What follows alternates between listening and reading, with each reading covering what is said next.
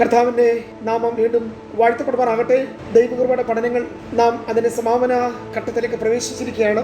എത്ര കുടിച്ചാലും തീർന്നു പോകാത്ത ഖനി എന്ന പോലെ, എത്ര കോരിയാലും പറ്റാത്ത ഉറവ എന്ന പോലെ അത്രമാത്രം ആഴമുള്ളതാണ് ദൈവകൃപയുടെ പഠനശാല. നമ്മെ രക്ഷിക്കുന്ന ദൈവകൃപ, വിലയേറിയ ദൈവകൃപ, മാനിക്കുന്ന ദൈവകൃപ, അതിമഹത്തായ ദൈവകൃപ എന്നുള്ള വിഷയങ്ങളൊക്കെ കഴിഞ്ഞ ദിവസങ്ങൾ ചിന്തിക്കാനിടയായി തീർന്നു. വീണ്ടെടുക്കുന്ന ദൈവകൃപയെക്കുറിച്ച് പറയുമ്പോൾ സകല അധർമ്മത്തിൽ നിന്നും നമ്മെ വിടുവിച്ചു എന്ന് തീത്തോസ് ലേഖനത്തിൽ കാണാൻ കഴിയും. അപ്പോൾ ദൈവകൃപ നമ്മെ വിടുവിക്കുന്നത് ഏത് അധർമ്മത്തിൽ നിന്നും കൃപയ്ക്ക് നമ്മെ വിടുവിക്കാൻ കഴിയും. Grace of God saves us from the guttermost to the uttermost.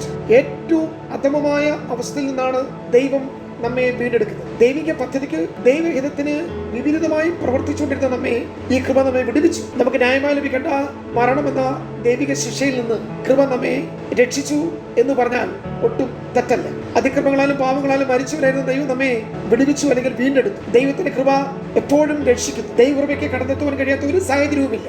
ദൈവകൃപയ്ക്ക് രക്ഷിക്കുവാൻ കഴിയാത്ത ഒരു വ്യക്തിയുമില്ല. ദൈവകൃപയ്ക്ക് ഉദ്ധരിക്കുവാൻ കഴിയാത്ത ഒരു കുടുംബവുമില്ല. അതുകൊണ്ട് നമുക്ക് ഇപ്രകാരം പറയാൻ കഴിയും, ദൈവകൃപ എത്ര മനോഹരമാണ്.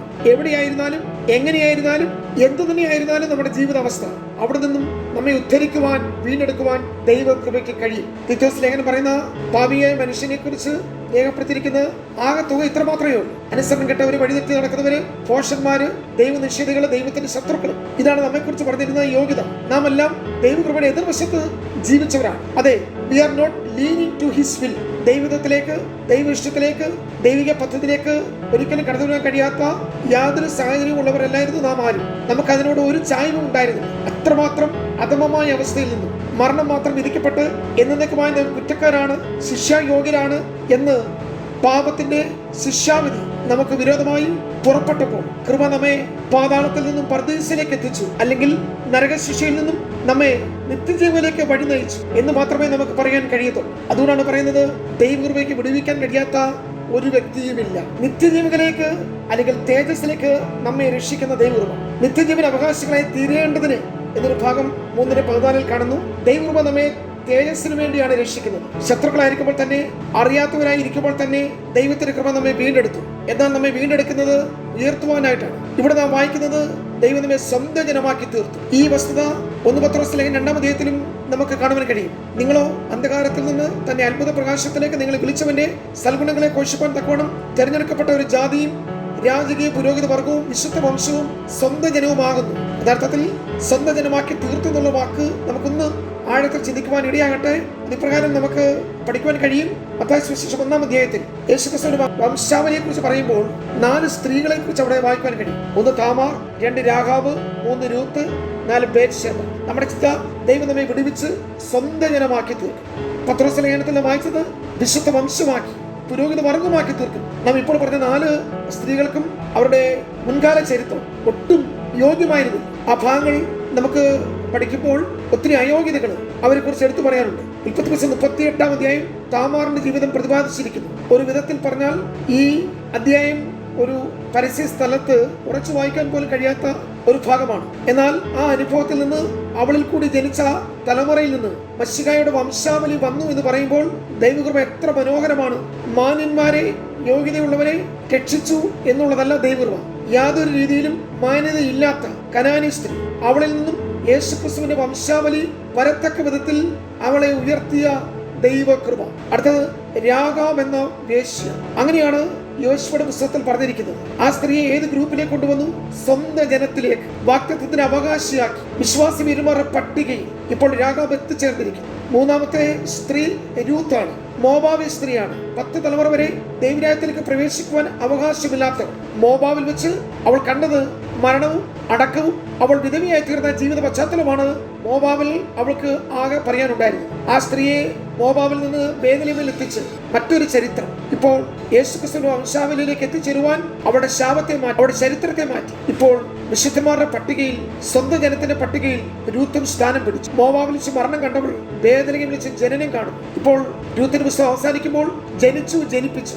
ഓബേദിനെ കാണുന്നു, ഇശായിയെ കാണുന്നു, ദാവീദിനെ കാണുന്നു. നമുക്ക് വീണ്ടും വായിക്കുമ്പോൾ ദാവീദിന്റെ പുത്രനായ ക്രിസ്തുവിനെയും കാണാൻ കഴിയും. അടുത്തത് ബേത്ശേബ, അവൈധ ബന്ധത്തിൽ ഏർപ്പെട്ടവൾ. അവളിൽ കൂടിയും വീണ്ടെടുപ്പ് നടത്തിയെടുക്കുവാൻ ദൈവത്തിന് പ്രസാദമായി. സ്വന്തം ജനത്തിന്റെ പ്രത്യേകതകൾ പറഞ്ഞിരിക്കുന്നത് അത്ഭുത പ്രകാശത്തിലേക്ക്, ഇരുട്ടിൽ നിന്ന് വെളിച്ചത്തിലേക്ക് നയിക്കപ്പെട്ടവരാണ്. ഇന്നലെ നിങ്ങൾ ഇരുട്ടിലുള്ളവരായിരുന്നു. ഇരുട്ടിന്റെ അധികാരത്തിൽ നിന്ന് ദൈവം നിങ്ങളെ വിടുവിച്ചു എന്നാണ് തിരുവചനം പറയുന്നത്. ദൈവം നമ്മുടെ കണ്ണുകളെ പ്രകാശിപ്പിച്ചു. കാണേണ്ടതുപോലെ കാണുവാൻ ദൈവം നമ്മളെ വെളിച്ചത്തിന് അവകാശികളാക്കി തീർത്തു. നാം തെരഞ്ഞെടുക്കപ്പെട്ട ഒരു ജാതിയാണ്. We are the chosen people. അത് മാത്രമാണ്, രാജകീയ പുരോഹിത വർഗമാണ്. ഒരേ സമയത്ത് രാജാവും അപ്പോൾ തന്നെ പുരോഹിതനും. ഒരു രാജാവിനെ വ്യത്യസ്തനാക്കുന്നത് അധികാരവും ശക്തിയാണ്. പുരോഹിതനെ വ്യത്യസ്തനാക്കുന്നത് വിശുദ്ധിയും സ്വഭാവ ശ്രേഷ്ഠതയുമാണ്. നമ്മൾ ഒരേ സമയത്ത് തന്നെ രാജകീയ പുരോഹിത വർഗമാണ്. എന്തിനു വേണ്ടി?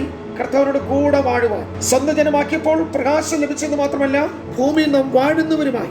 സാഹചര്യത്തിന് അടിമകളല്ല, പ്രത്യുത സാഹചര്യത്തിന്മേൽ വാഴുന്ന ഒരു കൂട്ടമായി നാം മാറി. വിശുദ്ധ ജനമാക്കി തീർത്തു എന്ന് ബൈബിൾ പ്രസ്താവിക്കുന്നു. അതൊരു പദവിയാണ്. ഈ പദവിയിലേക്ക് നമ്മെ ഉയർത്തിയത് ഈ ദൈവകൃപയാണ്. അതുകൊണ്ട് പ്രിയമുള്ളവരെ, ദൈവകൃപയുടെ പ്രത്യേകത എന്ന് പറയുന്നത് അതിന്റെ ഭാവി, ഭൂത, വർത്തമാന കാലങ്ങൾക്ക് മതിയായതാണ്. ദൈവകൃപ എന്റെ ഇന്നലയ്ക്ക് അല്ലെങ്കിൽ ഭൂതകാലത്തിൽ മതിയായതായിരുന്നു. ദൈവകൃപ എന്റെ ഇന്ന് വർത്തമാനകാലത്തിന് മതിയായതാണ്.